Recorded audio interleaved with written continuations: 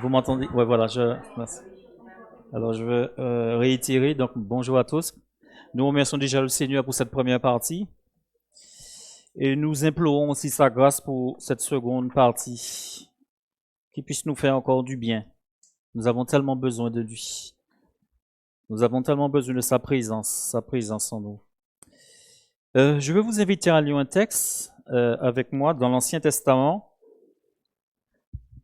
C'est dans Josué, le chapitre 7, et je vais faire la lecture de 3 versets. Donc, Josué, le chapitre 7, à partir du verset 19.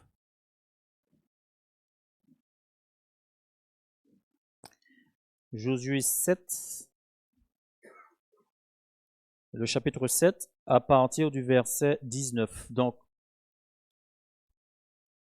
je vais faire la lecture. Josué dit à Akan, « Mon fils, donne gloire à l'Éternel, le Dieu d'Israël, et rends-lui hommage.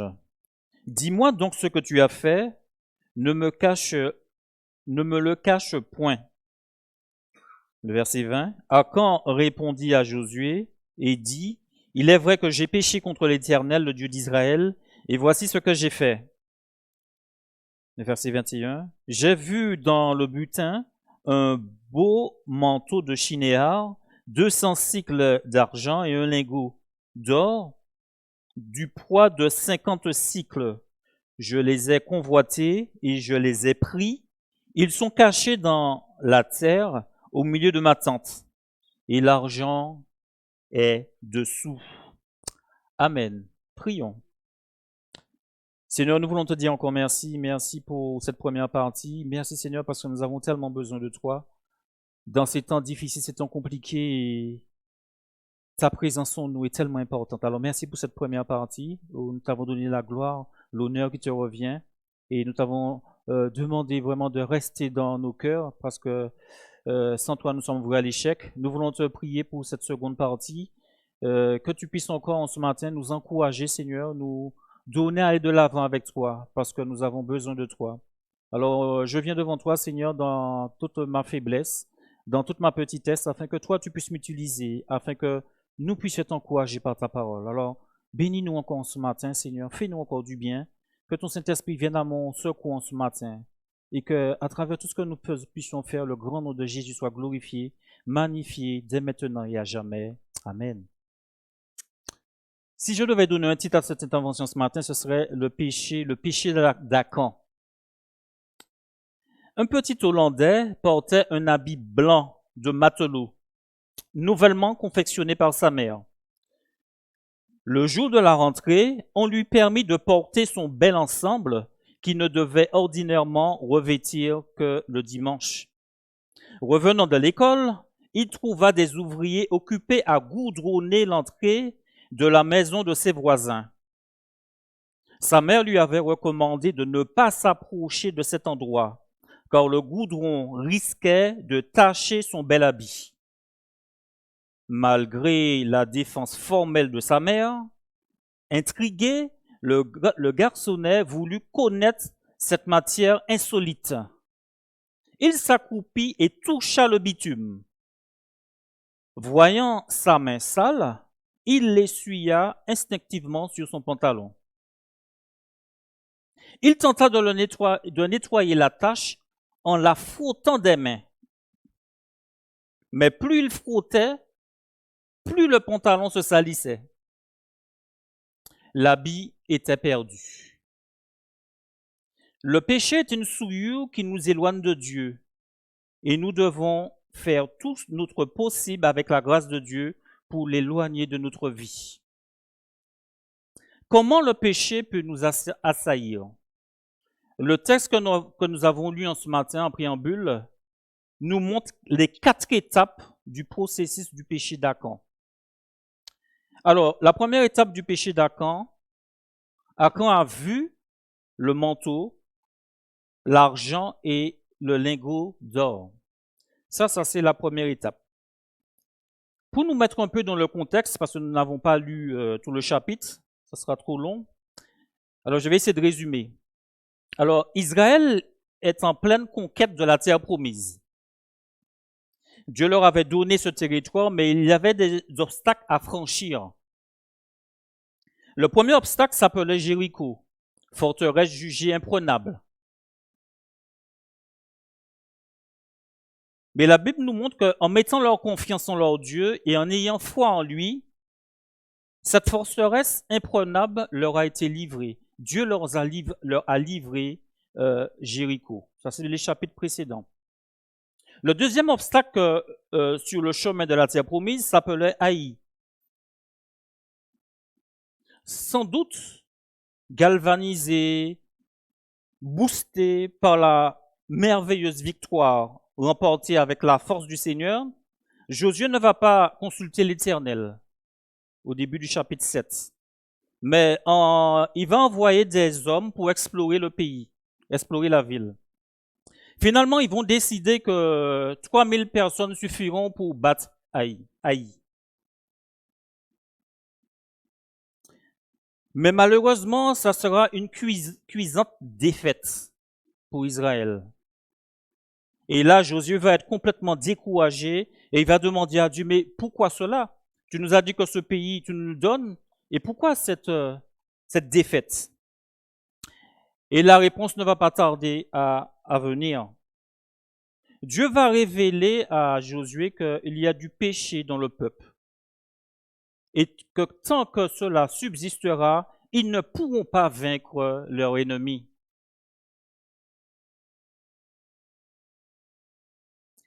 Et ce qui est étonnant, c'est que Dieu va aller encore plus loin que ça. Vous savez que le peuple d'Israël était composé de plusieurs tribus. Et Dieu va désigner la tribu fautive. Il va aller encore plus loin. Il va désigner le clan. Il va désigner la famille, la maison. Peut-être qu'Akan pensait qu'il était en sécurité, mais Dieu va révéler tout ça. Et finalement, le nom d'un homme va être prononcé. Le nom d'Akan va être donné.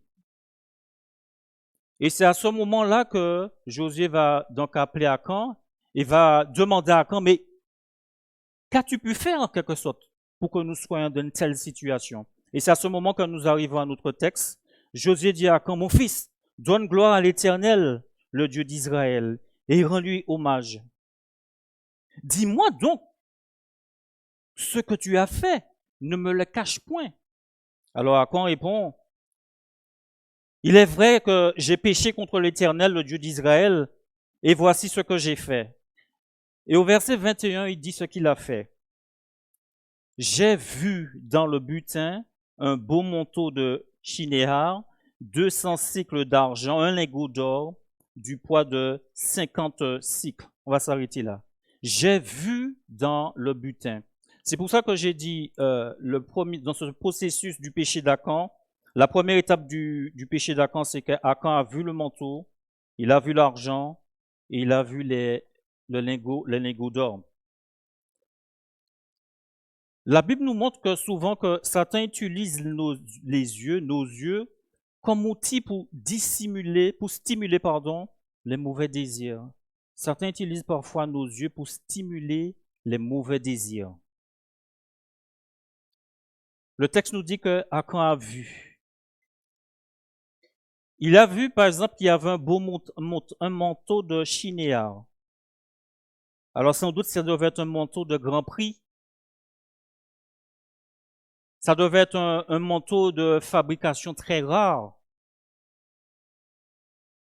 Ça devait être un manteau très recherché.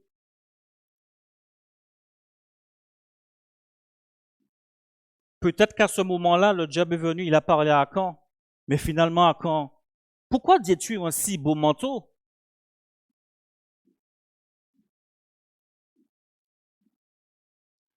Dans le temps où nous vivons aujourd'hui, on parle des associations qui parlent des groupes de personnes qui se revendiquent anti-gaspi. Faut pas gaspiller. Peut-être que Akan était précurseur de ces choses. il ne faut pas faire du gaspillage. En fin de compte, ce manteau peut être utilisé. Pourquoi le brûler? Pourquoi le jeter? Et Satan peut aller plus loin en nous donnant des pensées. Mais après quoi? Après tout, à quand? Dieu comprendra. L'essentiel, c'est peut-être l'état d'esprit dans lequel tu te trouves pour pouvoir prendre ce manteau. Dieu sait que tu es quelqu'un, tu n'aimes pas gaspiller, tu n'aimes pas jeter. Il a dit de passer tout par interdit, mais c'est l'état d'esprit qui compte. Tu as fait ça, mais tu avais un bel esprit. Tu avais de bons motifs. Dieu va l'accepter.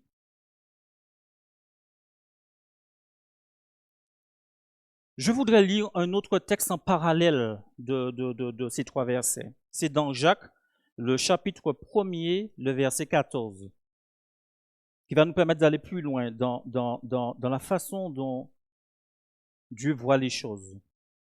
Dans Jacques, le chapitre 1er, le verset 14, nous lisons ceci. Chacun est tenté quand il est attiré. Chacun est tenté quand il est attiré. En lisant cela, on a l'impression qu'on peut prendre l'exemple du moins du gibier que l'on veut attirer dans un piège. Chacun est tenté quand il est attiré. Ça sous-entend que du gibier qu'on veut prendre et on va l'attirer dans un piège. Je vais prendre un exemple. Par exemple, l'oiseau. Un oiseau qu'on veut attraper, on va commencer par mettre des graines au sol et on va diriger ces graines vers un piège. On veut prendre un poisson, on va mettre un hameçon, disons, on va mettre l'appât, et sous cet appât, on va mettre l'hameçon.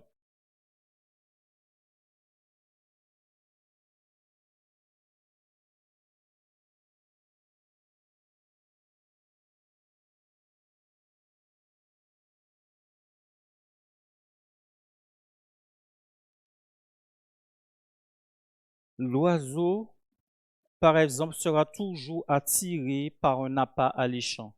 Ce qui est étonnant, c'est que pour pouvoir prendre le gibier, on va mettre un appât, mais l'appât sera toujours quelque chose d'alléchant. Pour l'oiseau, les grains, ça sera quelque chose d'alléchant. Pour le poisson, le ver ou la chose qu'on mettra à l'hameçon sera quelque chose d'alléchant. Et je crois que cet exemple-là, on peut le prendre aussi pour nous. Il en est de même aussi pour nous dans nos tentations. La tentation nous offre toujours aussi pleine de bonnes promesses, pleine de promesses alléchantes. De même que pour le gibier, il faut que l'appât soit alléchant, de même aussi, le diable sait comment aussi nous accaparer. Il en est de même aussi pour nous. La tentation nous offre aussi pleine de promesses alléchantes. Je voudrais prendre un exemple. Dans la Genèse, nous voyons que Dieu a tout créé. Il a créé cette nature, ce monde merveilleux, ce monde si beau, mais que l'homme au fur et à mesure détruit. Dieu a créé l'homme, il a créé la femme, il a créé tout ce que nous croyons en tant que chrétiens que c'est Dieu qui a créé tout cela. Nous savons que ce n'est pas un processus évolutionniste qui a créé tout ça, mais c'est Dieu, ce grand Dieu qui a créé toutes ces choses. Donc la Bible nous dit que Dieu a créé l'homme, il a créé la femme. Dieu a donné à l'homme la possibilité de tout faire dans le jardin d'Éden. Mais il lui a interdit une chose. Il lui a dit, tu pourras faire de tout. Mais l'arbre de la connaissance du bien et du mal, tu n'y toucheras pas, car le jour où tu y toucheras, tu mourras. Le diable est venu, il a dit, Dieu a-t-il réellement dit que tu ne toucheras pas, tu ne mangeras pas de tout ce qui est dans le jardin?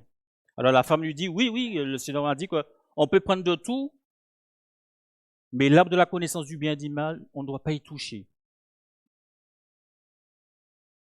Et là, le diable va dire, non, mais Dieu sait bien que le jour où vous en mangerez, vous serez comme Dieu, connaissant le bien et le mal. Là, nous voyons que le diable a mis son appât. Il a mis l'appât pour la femme. Et que nous dit Genèse 3, le verset 6?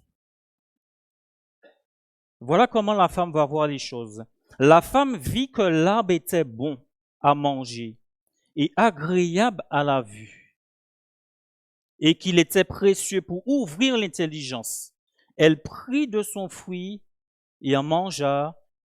Elle en donna aussi à son mari qui était auprès d'elle, et il mangea.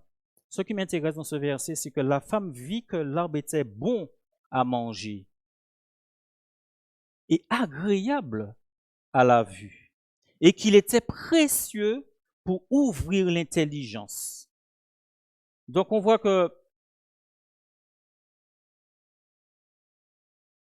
si on prend l'exemple de la pêche, on voit ce petit ver qui était là, mais qui avait l'hameçon dessous, ces grains qui étaient là pour pouvoir prendre l'oiseau. Eh bien, on voit comment la femme s'est fait avoir par le diable, en fait, compte. La femme vit que l'arbre était bon à manger. Donc, le piège s'est renfermé sur elle. Et les conséquences de ce qui s'est passé à ce moment-là ont été terribles pour l'humanité, parce que l'humanité tout entière est tombée dans le péché. Donc, ça c'est un exemple qui nous montre que chacun est tenté quand il est attiré. Donc, ce premier point donc, nous montre que la première étape du péché d'Adam a été qu'il a vu. Il a vu les choses. Et Jacques nous dit que chacun est tenté quand il est attiré. Deuxième étape du péché d'Adam. Je reviens au verset 21. J'ai vu dans le butin un beau manteau de chinéa, 200 cycles d'argent et un lingot d'or, du poids de 50 cycles. Je les ai convoités. Achan, donc, la deuxième étape du péché d'Achan, c'est que Achan a convoité ce qu'il a vu. Il a convoité. Je les ai convoités, nous dit une partie du verset 21, dans le verset 21. Donc, ce désir fortement, qu'est-ce que convoiter? C'est ce désir fortement, c'est désirer fortement quelque chose ou quelqu'un en vue de le posséder. Et ça peut même aller de manière violente. Qu'est-ce que c'est que convoiter? C'est désirer fortement quelque chose ou quelqu'un en vue de le posséder, même de manière violente. Convoiter, ça veut dire avoir envie de, jalouser. Donc ça sous-entend que lorsqu'Achan a vu tous ces biens, il a eu tout de suite envie de ces choses. Il les a voulu. Et ce qui est plus terrible, c'est qu'il est allé à l'encontre de l'ordre que Dieu avait donné.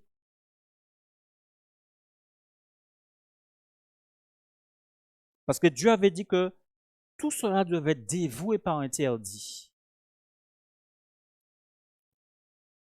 Cela se trouve dans Josué 6, le verset 18. Gardez-vous seulement de ce qui sera dévoué par interdit. Car si vous preniez de ce que vous aurez dévoué par interdit, vous mettriez le camp d'Israël en interdit et vous y jeteriez le trouble. Mais lorsqu'Achan a vu ses biens, il a tout de suite voulu. Il a voulu ses biens, allant à l'encontre de l'ordre de Dieu qui avait dit que tout devait être dévoué par interdit. Nous refaisons le parallèle avec Jacques, le chapitre 1, le verset 14, que chacun est tenté quand il est attiré et amorcé par sa convoitise.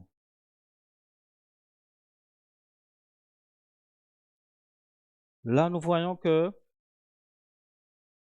attiré et amorcé par la convoitise. Ça veut dire quoi? Cela veut dire qu'il a été attrapé, il est capturé. La convoitise, c'est ce désir puissant qui a poussé Akan à satisfaire le besoin de la chair par les richesses matérielles.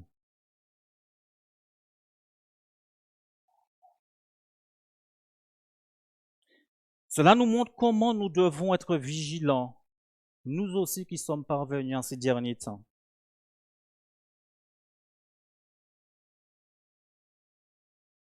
Je crois que nous devons être vraiment vigilants. Nous avons affaire à un ennemi terrible et nous ne serons jamais assez vigilants. Cela nous montre comment nous devons être vigilants, être sous nos gardes, parce que chacun de nous, nous avons notre talon d'Achille, où nous avons notre point faible, nos points faibles. Il y a un seul homme qui a foulé cette terre et qui était sans péché, c'est Jésus-Christ. Mais nous, en tant qu'hommes et femmes, nous avons tellement besoin de la grâce de Dieu. Nous avons besoin d'être sous nos gardes.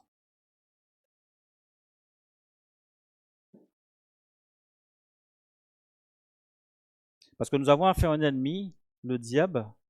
Et ce qui est, je crois qu'il ne faut pas oublier, c'est que cet ami a des siècles et des siècles d'expérience et qu'il nous connaît mieux que nous-mêmes.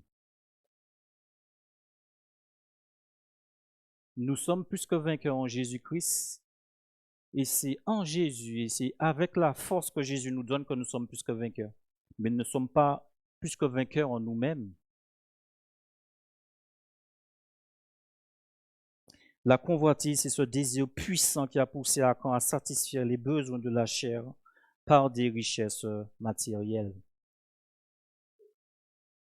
Et peut-être en ce matin, on pourrait poser la question, mais qu'est-ce qu'il faut faire lorsque ces mauvaises pensées viennent, lorsque chacun est tenté, quand il est attiré, amorcé par sa convoitise? Qu'est-ce qu'il faut faire? La Bible nous donne des directives.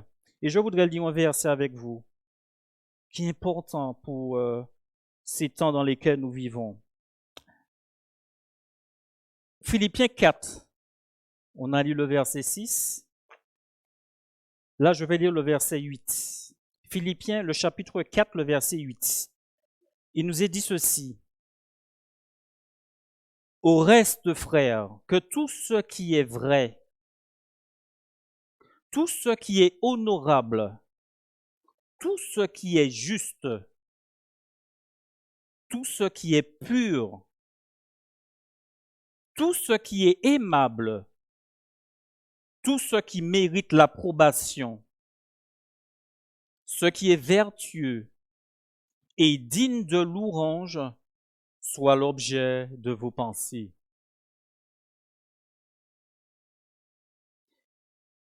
Ce qui est arrivé à Caen, et qu'on fait un parallèle avec Jacques 1, le chapitre 14 et 15, nous montre que le diable agit beaucoup au niveau des pensées. Ça nous montre que la tentation arrive souvent au niveau de la pensée. Et ce texte nous dit que nous devons rejeter ce qui n'est pas la vérité. Nous devons rejeter ce qui va à l'encontre de ce que la parole de Dieu nous enseigne. Nous devons rejeter tout ce qui n'est pas honorable. Au reste, frère, que tout ce qui est vrai. Donc, dans nos pensées, nous devons avoir que ce qui est vrai. Lorsque le diable met des pensées qui ne sont pas la gloire de Dieu, nous devons les rejeter. Tout ce qui est honorable, lorsqu'on pense à des choses qui ne sont pas à la gloire de Dieu, nous devons les rejeter au nom de Jésus. Tout ce qui est juste, tout ce qui est pur,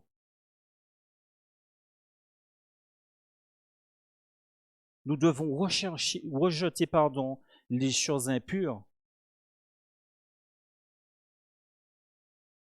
Et c'est vrai que parfois nous sommes là, nous sommes occupés à faire des choses, par exemple, et puis brusquement nous avons des pensées qui nous traversent l'esprit.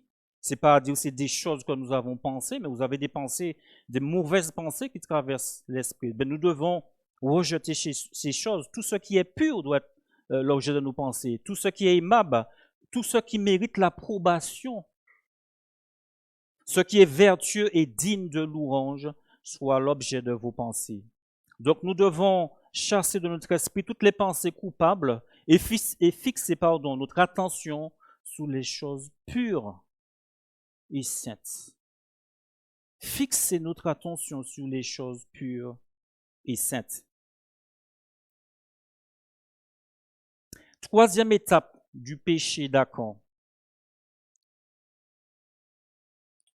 Le verset 21, vers la fin. Alors, je les ai convoités et je les ai pris.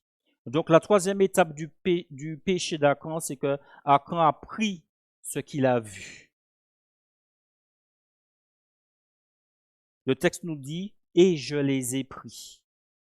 Achan a péché, il a désobéi délibérément, on va y arriver, délibérément à l'ordre de Dieu.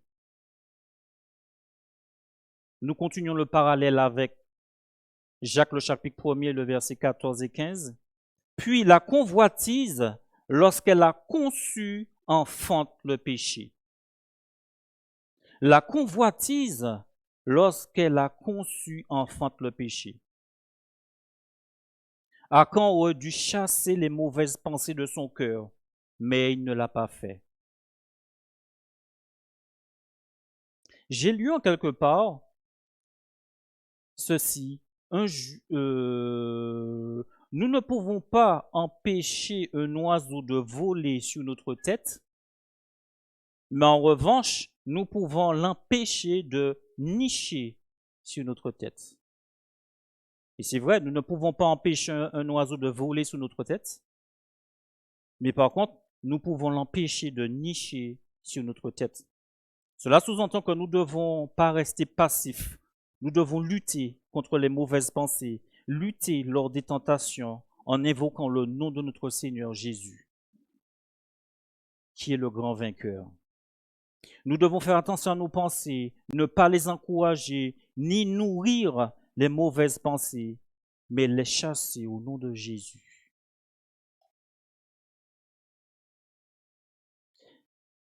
Ce qui arrive à Achan nous montre que si nous nourrissons les pensées interdites, tôt ou tard, nous finirons par les commettre.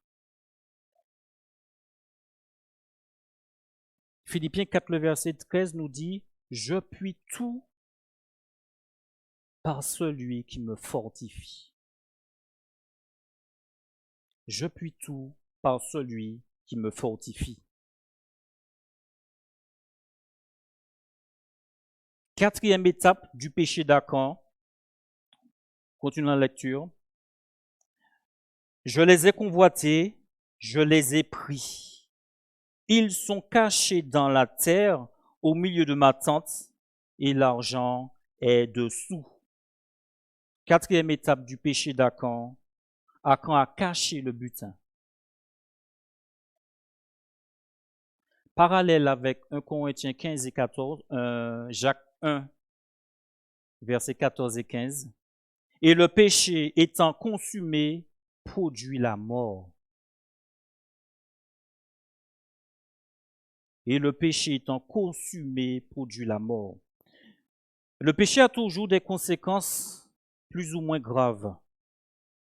Et quelqu'un a dit un jour que lorsque l'on lance un caillou dans une mare, certainement vous avez déjà fait cette expérience, lorsqu'on lance un caillou dans une mare, alors que depuis longtemps, celui-ci est au fond de la mare, il se forme des cercles concentriques à la surface de l'eau.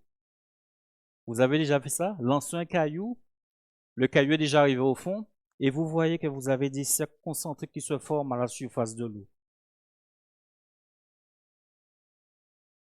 Alors que cela faisait déjà un certain temps qu'il avait commis son péché, les conséquences de son péché ont été énormes. Les conséquences du péché d'Achan ont été énormes. Cela s'est traduit par la défaite d'Israël sur le champ de bataille. Dieu venait de leur accorder une superbe victoire avec Jéricho.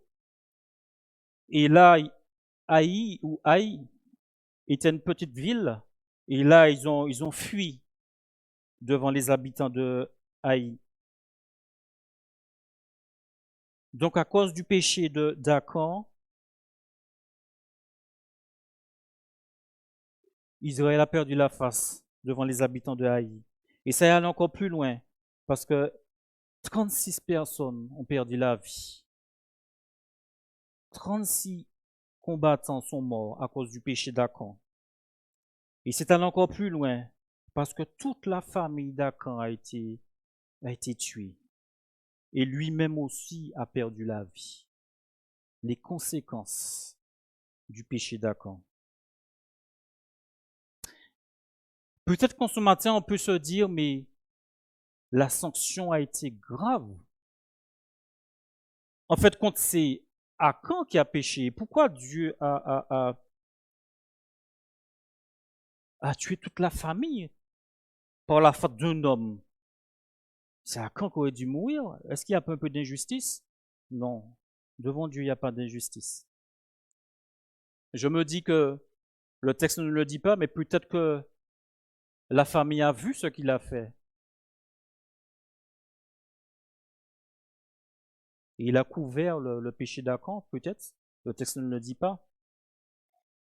Mais Dieu avait dit qu'il fallait surtout pas toucher. Il fallait rien garder pour soi. Mais je crois que quelque chose de très important, c'est que c'est une période charnière. Je m'explique. Israël était esclave en Égypte. Ils sont restés 430 ans en Égypte. Dieu les a libérés par l'intermédiaire d'un homme, Moïse. Ils devaient entrer en Canaan. Ils ont douté de la puissance de Dieu. Ils ont repris 40 ans encore à errer dans le désert. Et là, c'était la conquête de Canaan. Et à travers ce qui s'est passé avec Achan, Dieu a voulu montrer qu'il ne tolère pas le péché. Dieu a voulu montrer que voilà, j'avais averti, vous n'avez pas respecté ce que j'ai dit, c'est dur, mais Dieu avait averti. Je crois que cela montre aussi quelque chose d'encore plus terrible, c'est que ce que le péché a coûté à Jésus, le péché a coûté très cher à Jésus. La Bible nous dit que Dieu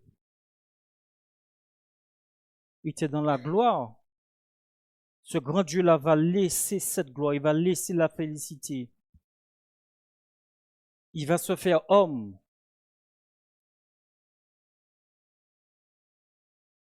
Philippiens 2 nous dit, il n'a pas regardé comme une proie arrachée d'être égal à Dieu, mais il s'est humilié jusqu'à la mort de la croix. Ça veut dire que le grand Dieu a laissé la félicité.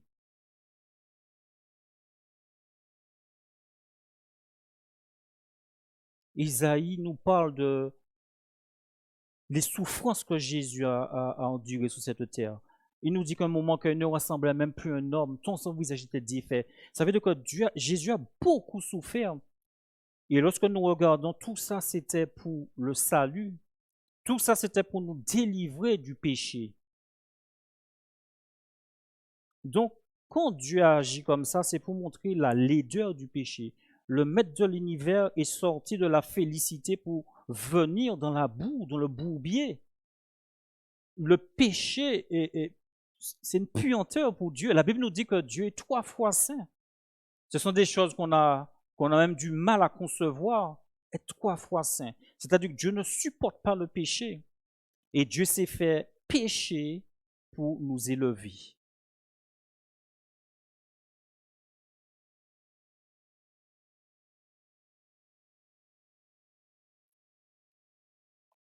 L'amour de Dieu, c'est quelque chose qui nous dépasse.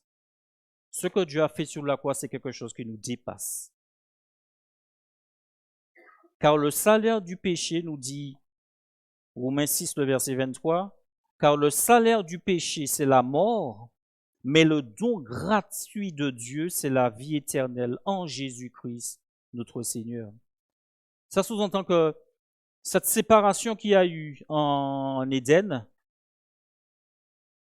les choses ont été rétablies en Jésus-Christ. Et c'est ça, Jésus est venu afin de mourir, afin que ceux qui l'acceptent Jésus deviennent enfants de Dieu. Mais c'est extraordinaire. Il n'a pas laissé l'homme dans sa bassesse, mais il a tout fait pour rétablir l'homme. Et c'est en Jésus-Christ que nous sommes rétablis.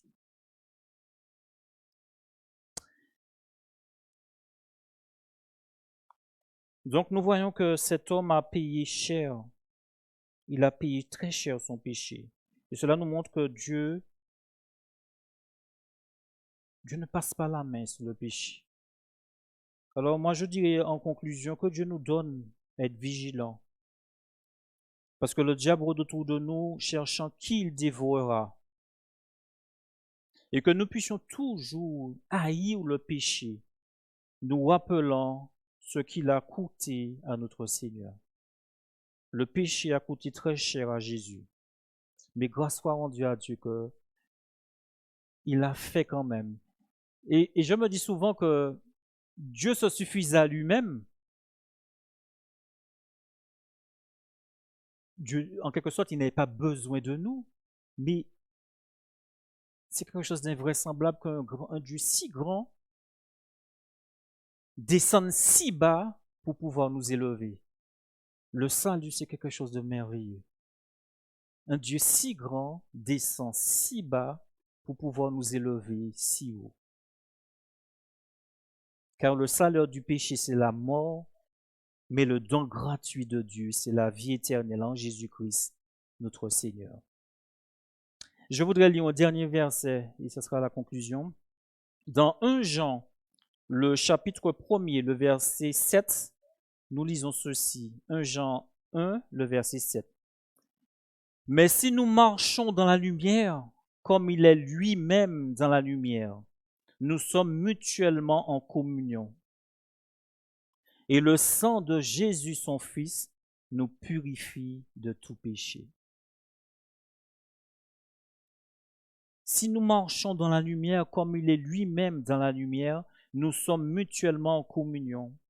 Et le sang de Jésus, son Fils, nous purifie de tout péché. Alors, que Dieu nous bénisse